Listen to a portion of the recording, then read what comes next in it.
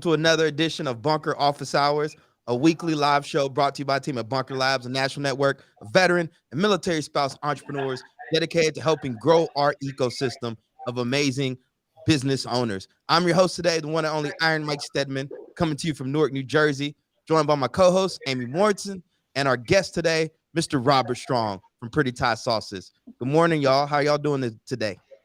Morning. Good. We appreciate you having me. We were just chopping it up. Rob's doing some amazing stuff. He's in the CPG fight, working 80 hours a week in the kitchen, trying to do a raise. He's got a lot of stuff going on, and we're excited to have him on to lift the veil and share a little bit of his story for us. But before we do that, I'm going to go ahead and pass it over to Amy to pass around any updates for the bunker. Thanks. Kind of. If you were with us last week, not much has changed. So January is kind of slow after the holidays. So we've got United Miles on a Mission campaign is still going off. So if you are a United Flyer member, you can consider donating your miles to us, so we can send our ambassadors to their local. God, I can't talk today. Sorry, y'all. So we can send our ambassadors to the annual summit in June. So you can donate your miles at the link that is going to be in the chat. And then also Breaking Barriers in Entrepreneurship applications are still open. That cohort starts January 23rd. So if you want to get in on that, it's an 8-week program, weekly workshop series thing. That starts on January 23rd. So those apps are open now. Check out the website for more information because I can't talk. And then finally, check out our upcoming local events and our communities page at bunkerlabs.org/communities. And that is it for this week. Thank God, because I can't talk. Thank you, Amy. For everyone that's tuning in, go ahead and drop in the chat where you're dialing in from. I'm excited to see everybody and engage with y'all on this platform and get ready to bring some questions for our guests. So without further ado, Rob, welcome to Office Hours. Please introduce yourself to everyone. Tell them what you got going on at Pretty Thai Sauces. Yeah, no, I appreciate you having me. I love Bunker Labs. Robert Strong, CEO, co-founder of Pretty Thai. We are a chef-driven line of specialty sauces and spices here in Austin, Texas. And we're an emerging brand. We started 10 years ago as a food truck in Austin, right out of culinary school, and then pivoted to a CPG company about 2015-16. And we're about 500 retail locations, Texas and the Midwest right now. We have some really big growth on e-commerce with Amazon and our website, and we're looking to grow our B2B this year. So we got some exciting things on the horizon, but like every entrepreneur, we have some obstacles with that scale. So let me ask you this: how did you get started? So I think it's fascinating your background, culinary school, going to the food truck, scaling up. But where'd you get that initial capital from for that first food truck? Well, we actually got the capital from my wife's father, which I don't know if I would do that again, but we did it. And that was the initial investor in the product company. And since then, when we pivoted, we haven't taken on any other money. So we pretty much took everything we had from that, put it into the product company, and just been bootstrapping that since 2015-16. Have you always had a passion for food, or was this something you developed in the Air Force? Yeah, I grew up around food. Didn't realize that my mom was a waitress and a cook in our small town diner growing up. And then I started cooking a little bit in college. And then when I got out of college, I ended up joining the Air Force and stationed Hawaii, dabbled a little more, and just started growing that foodie nature. It really wasn't until I went to Thailand that I really was blown away by the food. And then I came back and moved to Texas to go to journalism school here in Austin, and just the food scene just blew me away. And then I really started looking at it, and that's what led me to culinary school here. And I was always creative. I just didn't have the technique. So now I was able to combine the technique that I learned in culinary school with my creativity. So at 10 years in the game, you're a seasoned entrepreneur, whether you feel like it or not. You beat up, you got the bruises. I feel like it. I feel I can barely walk today. But you stayed alive, you survived the pandemic, you're in the fight. What's keeping you up at night these days? What's the biggest challenge that you're facing? Yeah, I mean, production is huge. We had, when we started this, when we got HEB in 2019, we needed to get a co-packer quick. And we got one literally 3 weeks before our first order. And to put it blunt, they weren't very good. I had to be on site 90% of the time. The product wasn't coming out the way it was supposed to come out. We ended up leaving them, go to somewhere else. That was a short fill. We got to a co-packer a few years ago that we thought was going to be our solution, our saving grace. And I gave up more control than I'm used to. And it just turned out to be a nightmare. And we've had to pivot and kind of, stop the bleeding with that. And, it kind of hurt our growth this past year because we had to pull back. And I'm trying to find, it's probably the worst time ever to start a business, let alone try to pivot and start your own production facility. So coming off of that, we've got to try to find the capital and the property to do it. It's just been really difficult. So we've had to do it I also I co-founded a shared kitchen space called Wingman Kitchens here in Austin 3 years ago because, we're trying to help food entrepreneurs get off the ground because I've been there, done that, still doing it. So now I'm producing out of 1,000 square foot kitchen with, today I'm filling 2,800 bottles of sweet chili sauce and I've got 3 other companies working around me. Not the ideal situation to get the job done, but that's the biggest obstacle right now. And then we're running into money, right? Capital to raise. We've put a big emphasis on e-commerce growth this last 6 months, and we've been putting a lot of money into that. And it's scary as all get up, because I'm very conservative when it comes to spending. But we're starting to see growth. We're starting to see the trajectory over the last 2 months, but we need to raise to keep the trajectory going and to really see the full potential of what we've been doing. So those two things are kind of in combination. My wife would say she's sick and tired of me talking about it. All right. So y'all have heard his story. If you got some questions for Rob, go ahead and drop them in the chat. I've been following a lot of CPG conversations on LinkedIn, Rob. And one thing people have been talking about is this issue with co-packers, right? And so a lot of emerging brands have realized, like, as best you can, you need to own that production yourself. But that's increased capital. So, is that also why you're trying to do this raise now, so you can bring in that own facility, get rid of these co-packing challenges? Yeah, of course. Yeah, there's a good portion of that's going to help us bring in more inventory. Some of the production stuff. I do have some equipment already that I've just accumulated over the last few years that I can get going and to a pretty decent scale. But yes, some of that money is to help us with the facility. I'm trying to be very creative with it, and that's where Wingman Kitchen comes in as well.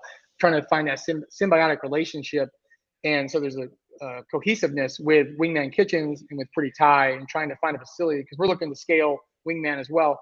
And we've grown to Houston, and now we're looking to go to San Antonio. We've done our due diligence on the market, and we think it's very strong, and there's a big gap. But Pretty Thai can operate anywhere.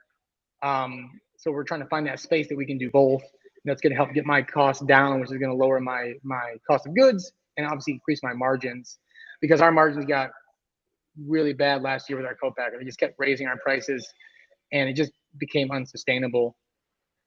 How many different streams of revenue do you have coming in? So you have Wingman Kitchen is one source of revenue, right? You've got the big distributors, I'm assuming, right? The HEBs and everything. Then you've got e-commerce. What else? Are those the main three? Yeah. Those are the main three right now. We have a foundation that we do want to grow here in the future, but right now our main focus is getting the businesses where they need to be so that we can do that in the future. One of the things that's interesting too is you said you don't like to spend money, but now that you've got this e-commerce plan, you've got to get eyes on your product, right? And so there's I think his name's Eric Humerman from Hawk Media, and he talks around the three. He has this framework: awareness, nurture, and trust, right? So you've got this show as an example, but what else are you doing to build awareness for Pretty Thai sauces? I found out about it through the Bunker Labs Holiday Gift Guide. And so I'm curious to know, how you're thinking about that. Yeah, no, like I said, we brought in, an e-commerce manager in June. I actually met him through Bunker Labs. He's neighbors with Blake. And so, I was referring, like I was telling you before this, I pretty much use Bunker Labs, once they send me somebody, I know they've been vetted. And I'm very OCD when it comes to people and trusting people. So I trust that. And he's been great in helping us grow. And, we immediately brought on, this agency and this person to bring in and do what we need to do. And I was like, oh my God, we're putting this much money out in this much in this. I've never spent this much money in my entire life. And we were underwater, our burn was going crazy. And he's like, okay, we just gotta be patient. I'm like, it's easier said than done, man. But I'm seeing it in the last few months. But we're doing a lot of advertising, a lot of, and I have people in here right now that are in Miami, and he's coming. He's like, hey man, I was seeing your stuff in Miami, like popping up all over the place, and really nice ads. He's like, so I'm seeing your stuff all over. That's great. I'm like, okay, it's working. Like it's getting out there. So people are really seeing us, and just our sales alone last month are a testament to that working. Well, I think that's been the biggest thing. A lot of promotion, giveaways, collaborations with other CPG company brands, Austin, some bigger brands nationwide that we've been getting in front of. So that's helping. I'm not a marketer by trade. It kind of confuses me at times. Well, clearly you know what you're I doing. You got in the HEB. well, sure. I think the reason why I say we're still here doing what we're doing is one, obviously most veterans will attest to persistence, grit, determination, um, high pain threshold. But we just got a really damn good product. And at the end of the day, I know that. And when people try it, people buy it, they use it, they share it, and it's just a matter of time that starts to multiply. And I think that's what's kept us going is that our product's just really good. So for people tuning in now, let's get some engagement, right? I want some questions from y'all. And in the interim, Rob, you got people dialing in from all over. How can we help support and elevate the work you're doing now? Let's think through this all together. Yeah. Well, obviously, I'm looking for, you know, we've, I don't know, it's tough. I mean, the manufacturing thing, again, my wife, hates that, I was, complaining about it forever and ever and ever. She's like, you just got to do it yourself. But then we're doing it ourselves. And it's like, it's no joke. There's a reason why everybody tells you don't want to do your own manufacturing because it can be a nightmare. But there's the flip side of that with, you lose control of that quality. That's all you have, especially as a small emerging brand. The differentiation you have is the product, is the look, is the quality. And once you lose that, you don't have any way to compete. So it's trying to find a combination that will work. I'm still hopeful that we can find a co-manufacturer at some point that can at least do our two top selling sauces and free me up to do the other ones as well as innovate and create more, which is what I need to be doing. Um, so that's one thing. I haven't had luck with that yet. The other thing is around the investment piece, finding an investor that sees what we're doing, see what we've done, see where we want to go. And, like I've always been told, you know, investors don't, invest in brands, they invest in people. Well, if you're going to invest in us, I think we've proven everything we went through the last 6-7 years that we are not going to quit. So we just need the people that are going to jump on board and believe. And then finding strategic partners within the CPG community that can help us with, additional, distribution and retail partners. That's a difficult piece sometimes to get together in combination. Yeah. One of our viewers wants to know, do you have a Shopify or sell on Amazon? Both. Yeah, we switched to Shopify this year when we started picking up our e-commerce, and then we also Amazon. We're just finishing up some really solid new A+ content that should be going live here hopefully in the next 2 to 3 weeks. So we'll be really ramping up on there as well. So before we went live, we had some of this conversation, and one of the things I told Rob was there's a couple funds that we've had on the platform already, Hivers and Strivers, Veteran Venture Fund, who I'm going to get on, Darren Burrell, and then also recommended the PenFed Masters program as they try to get people ready for investment, because I follow Abe Kmart, True Made Foods. He's gone through a lot of that. But we definitely got to get you in front of the ecosystem. I'm headed to the MilVet Startup Conference here at the end of the month.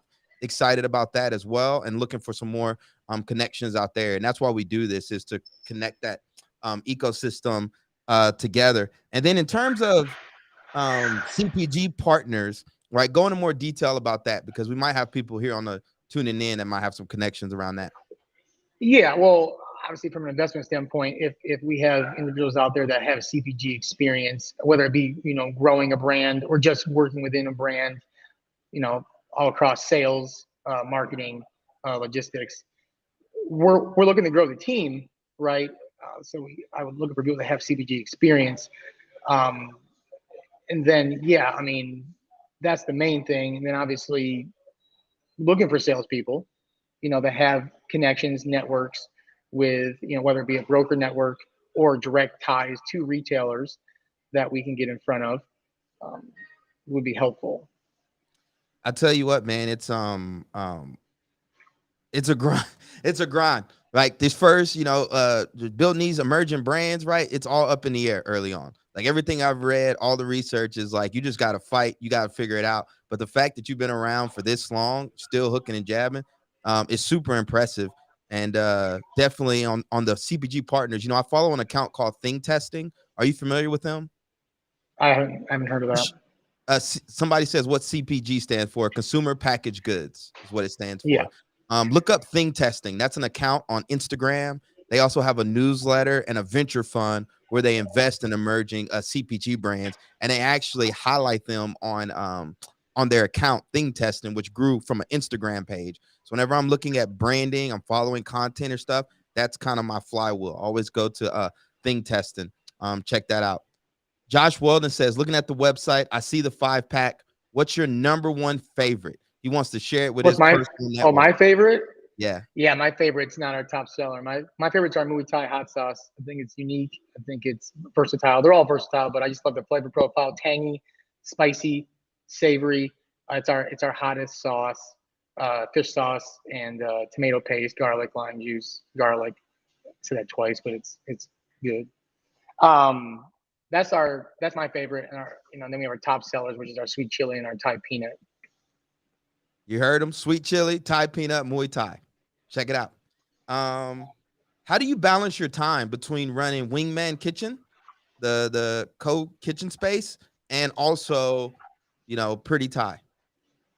Well, so I'm in here every day producing now, so I'm able to be on the ground, boots on the ground, right, so to speak, managing everything. We did expand in Houston, but we were able to bring on some individuals to help manage that. And then again, the whole goal with the San Antonio space is to get me on the ground. I could manage the space.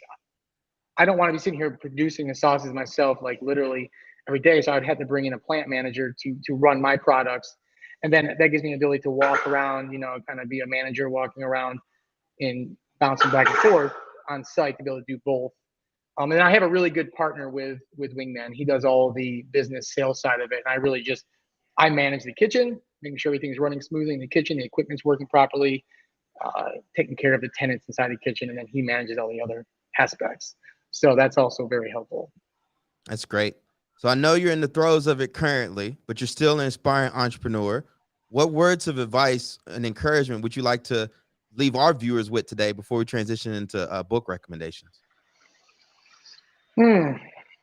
Find a group of people like this, like Bunker Labs, that you can lean into. I found out about Bunker Labs a little bit sooner. It wasn't until like 2019, 20 that I found out about Bunker Labs, but it's been a very great network, support system. I think most of us veterans, we like to try to take on it all ourselves, and I'm no different. I really I don't have a lot of patience. So when something doesn't get done right, I just step in and say I'm going to do it and get it done. And oftentimes that can be very tiring and stressful. So lean in.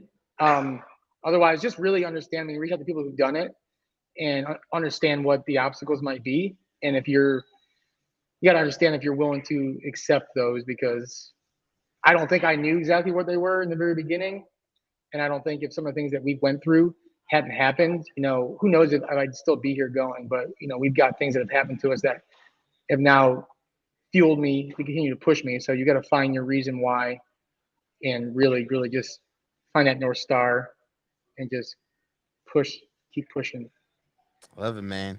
Well, y'all heard them. Let's make sure we get the word out. 3 things: manufacturing support, he's looking for investment, and CPG partners. And so if you have connections around that, be sure to connect them to that. Now, Rob, I know you have a little one. How old is your is it a daughter or son or daughter? I have a few. Yeah, so I have a 4-year-old little girl named Olivia. Um she's crazy. A crazy good way though. She's very Yeah. dynamic. I think she's going to be, super stubborn, super intelligent. And then I have an 8-month-old daughter, Eloise. She's the antithesis of Olivia. She is calm, grounding, um, very calculated. You can already tell. Um, and we also have a son, Palmer, who actually passed away. He'd be 5 years old. And so when I speak to our foundation that we're looking to grow, the Palmer Nicholas Foundation, we've done a little bit with it, but we're really focused on getting pretty high. But every bottle of our sauce is going to have his name on it. So we started off donating to Ronald McDonald House meals. We really pivoted now. We've branched out and added in the veteran piece. So we've actually been doing some more donations with Wounded Warriors. And I also work with Travis Manion Foundation, do the event here in Austin every year, and we donate to that through Pretty Chai, but through Palmer Nicholas Foundation. So yeah, that's really my North Star. So I have him first and foremost, and then we have our rainbow baby with Olivia, and then Eloise. Thank you for sharing. Sorry for your loss. You're inspiration, and I love the fact that you're keeping his spirit alive. And one of the things I was going to ask you about too was, do you have any book recommendations? And the team said you haven't got to read much books outside of No, children's books. Taking care of your family. no, yeah, no. And I'm notoriously bad for reading. I'll put it that way. I grew up and I was a history major in college, and I did a lot of reading, read a lot of books, got a little burnt out on that. So I'll pick a book up and I'll read like the James Richardson book. I did read that book, and I marked it up and then I lost it. I have a lot of books that I've started but I haven't finished, and then just a lot of Dr. Seuss and Pete the Cat and stuff like that. Well, my book recommendation, and you tie into this, is called The Myth of the Idea and the Upside Down Startup by Newton M. Campos. And one of the things that led me to read this book was I was on a trip to Georgia with the Hoover Institution for the Veteran Fellowship Program. And I got really into entrepreneurship and emerging economies, started doing some research, and came across this book. And one of the things that he argues is oftentimes, we think that the idea is everything. Like, I got a great idea for this business, but we don't have the resources and connections. We have no experience in the industry, and then we end up failing miserably. And what he's determined through all his research is that the entrepreneurs that do really well, they have more than just the idea. They have some kind of deep subject matter expertise. They have those resources, stuff, etc. And so when I was looking at Pretty Thai Sauces, automatically I saw your background in the culinary space, right? Tying it together with the food truck, then evolving it to this e-commerce brand and everything. And so I really think this is a great book for our community because, this is how you avoid speculation. Right? I got a newsletter today about someone that crashed and burned on tokens and NFTs and all that other stuff.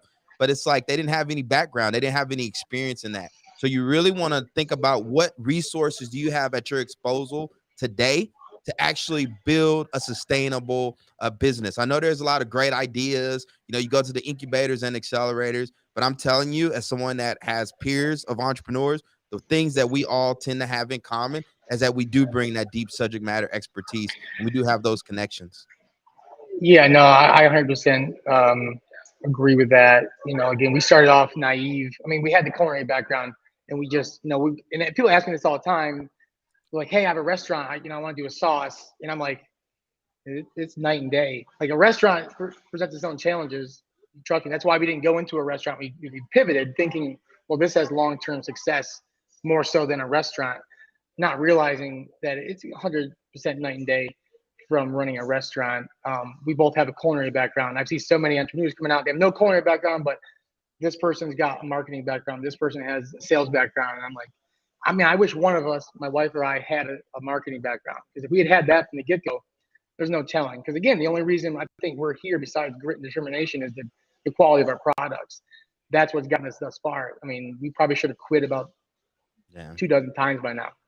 So yeah, you need to think about before you start it. If you're a veteran, I always see a veteran. My brother's a veteran. He wants to do a food truck. I'm like, let's hold off on that until you talk to me a little bit longer. Yeah. But you should look into Bunker and really start to learn about what you have at your disposal and what you could possibly do with it before you really jump into that. Yeah, it really comes down to, are you the entrepreneur to solve this problem? Why? Right? Why against everyone else out there? And if you can't answer that question beyond just, I'm a hard worker, like that's great. But it's like if you don't got that deep expertise, you don't have a proven track record in this space, you're setting yourself up for failure. Because entrepreneurship is hard enough as it is, trying to figure out an industry you have no expertise in or no background in. Yeah. So really look at what you have, cash your buckets where you are, and come up with a business model that you can monetize. And yeah, I promote a lot of books on this platform, but you don't have to read all of them. I read them, so you don't have to. All you got to do is tune into this show and follow the transition as well when you're on the go. So Rob, appreciate having you here. Where can people find you? How can they get a hold of you? How can they support what you're doing? Yeah, prettytiebrand.com. You can get through us there. Chef at prettytiebrand.com. Email Robert at prettytiebrand.com. And if you want to, try the products out, you go to our website, prettytiebrand.com, and purchase through there. Amazon as well. And then if you're in Texas, HEB, can't go wrong with HEB, Central Market. If you're in the Midwest, we're in about 254 Meijer locations, so you can find us in your local Meijer in the condiment aisle. And then we're looking for more retail growth. Awesome, man. Well, looking forward to supporting you. And for all our viewers, I have two things I need you to do. Number one, I need you to subscribe to the Transition newsletter. I'm going to drop the link in the show notes, or you can go to the Transition and subscribe there. Right. Second thing, make sure you subscribe to the podcast. Right. We have an amazing support from MetLife Foundation to put out amazing audio content to you all each and every week. People are getting a lot of value out of it. So I would love for you to tune into the podcast and let us know your thoughts. If there's a topic you like to cover, either on office hours or on the podcast, shoot me an email at mike.steadman@bunkerlabs.org or message me directly on LinkedIn. Until next time, everyone, peace, love, have a great rest